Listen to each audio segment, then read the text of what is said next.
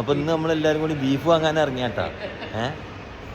നല്ല ബീഫ് വാങ്ങിച്ചിട്ട് വേണം എന്ത് നമുക്ക് ഫുഡ് ഉണ്ടാക്കാൻ വേണ്ടി. ഇന്ന് നമ്മൾ ബീഫ് ഇട്ടിട്ട് കുറേ കാലിക്കണം. നമ്മളെ ഡ്യൂട്ടിയുടെ ഇടയിൽ കിട്ടുന്ന ലാസ്റ്റ് കുറച്ച് നിമിഷങ്ങളുണ്ടല്ലോ, നമ്മൾ എന്ത് ചെയ്യാണ് അങ്ങനെ ഫുഡും കാര്യങ്ങളൊക്കെ ആയിട്ട് എക്സ്പ്ലോർ ചെയ്യണം. അപ്പോൾ എല്ലാവരും ലൈക്ക് ചെയ്യുക, കമൻറ്റ് ചെയ്യുക. ഓക്കെ,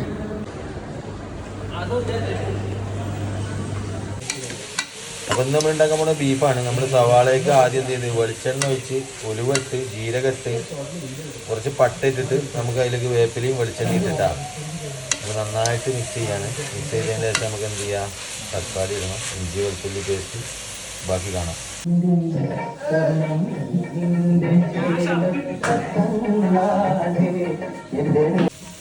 അപ്പോൾ നമുക്ക് ഇതിലേക്ക് ആവശ്യമായിട്ടുള്ള തക്കാളി ഇട്ടാം. ഞാനിവിടെ എടുത്തിട്ടുള്ള 3 സവാള 2 തക്കാളി. നന്നായിട്ട് തക്കാളിയൊക്കെ ഒന്ന് ഉടയുന്ന വരെ മിക്സ് ചെയ്യട്ടാണ്.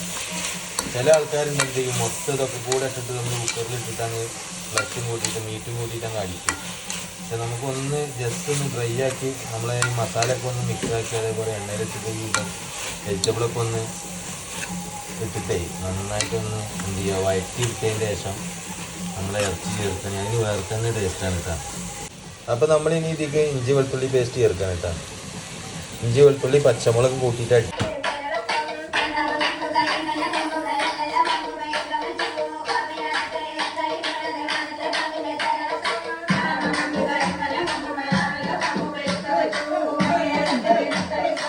അപ്പോൾ നമ്മൾ ഇഞ്ചി വെളുത്തുള്ളി പേസ്റ്റ് ഒക്കെ ഇട്ടിട്ട് നന്നായിട്ട് എന്ത് ചെയ്തിട്ടുണ്ട് ഒന്ന് വഴറ്റിയെടുക്കട്ടെ. ഏകദേശം എല്ലാം ഒന്ന് ഉടഞ്ഞു വന്നിട്ടുണ്ട്. ഇനി നമുക്ക് എന്ത് ചെയ്യാം, ഇതിലേക്ക് ഇറച്ചി ചേർക്കാം.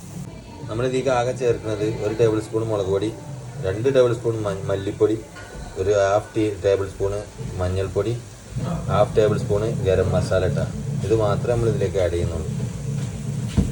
ഇതിലേക്ക് നമ്മൾ എന്ത് ചെയ്തിരിക്കണേ, ബീഫ് ഇട്ടിട്ടാ. ഞാൻ നല്ല വിറ്റ് ബോണായിട്ടുള്ളതാണ് വാങ്ങിയിട്ടുള്ളത്. എല്ലോട് കൂടിയിട്ടുള്ള ബീഫാണ് നമുക്കൊക്കെ പൊറോട്ടയ്ക്കൊക്കെ എല്ലാവർക്കും കൂടെ ഇഷ്ടം. ഇതിൻ്റെ ഗ്രേവി ആ എല്ലിലുള്ള സത്തൊക്കെ ഇറങ്ങി വരുമ്പോഴുള്ള ടേസ്റ്റ് ഇല്ല. അത് രണ്ടും കുറേ ഇറച്ചി തിന്നിട്ട് യൂറിക് ആസിഡും ട്രൈഗ്ലിസറൈഡൊന്നും കൂട്ടിയിട്ട് കാര്യമില്ല. നമുക്ക് ടേസ്റ്റിന് കുറച്ച് കഴിക്കാന്നുള്ളതാണ്. അപ്പോൾ നമ്മളാകെ ഇവിടെ 1 കിലോനാണ് എടുത്തിട്ടുള്ളത്. ഈ 1 കിലോ ഞങ്ങൾ 10 ആൾ തിന്നും. അപ്പോൾ ഞങ്ങൾക്ക് അറിയാമല്ലോ ഞങ്ങൾക്ക് എത്ര കിട്ടണമെന്നുള്ളത്. ഈ വെക്കലൊന്നും ഒക്കെ ഒരു സിമ്പിളായിട്ടുള്ള പണിയാണ്. എത്ര പണിയുള്ളൂ. നമ്മളെന്ത് ചെയ്യുക, ആവശ്യത്തിനുള്ള വെള്ളം ഒഴിച്ചിട്ട് ഒരു 6-7 വിസിലിട്ടാൽ അത് നമ്മളെ ഇറച്ചിയുടെ മൂപ്പിനനുസരിച്ചിരിക്കും. നമുക്കിപ്പോൾ ഞാൻ കണ്ട സ്ഥിതിക്ക് ഈ ഇറച്ചി ഒരു 7 വിസിലിൽ നന്നായിട്ട് എന്താവും, കുക്കാവും. അപ്പോൾ ഇതിൻ്റെ ഗ്രേവിയൊക്കെ ഒന്നും കൂടി തിന്നാവും. അപ്പോൾ ഇനി എന്ത് ചെയ്യുക, കുക്കർ അടിച്ച് കഴിഞ്ഞതിൻ്റെ ശേഷമുള്ളത് കാണിച്ചത്.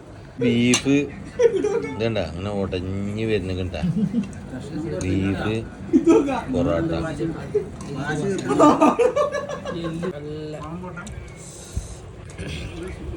പരമുറ പൊറോട്ട കഷ്ടം.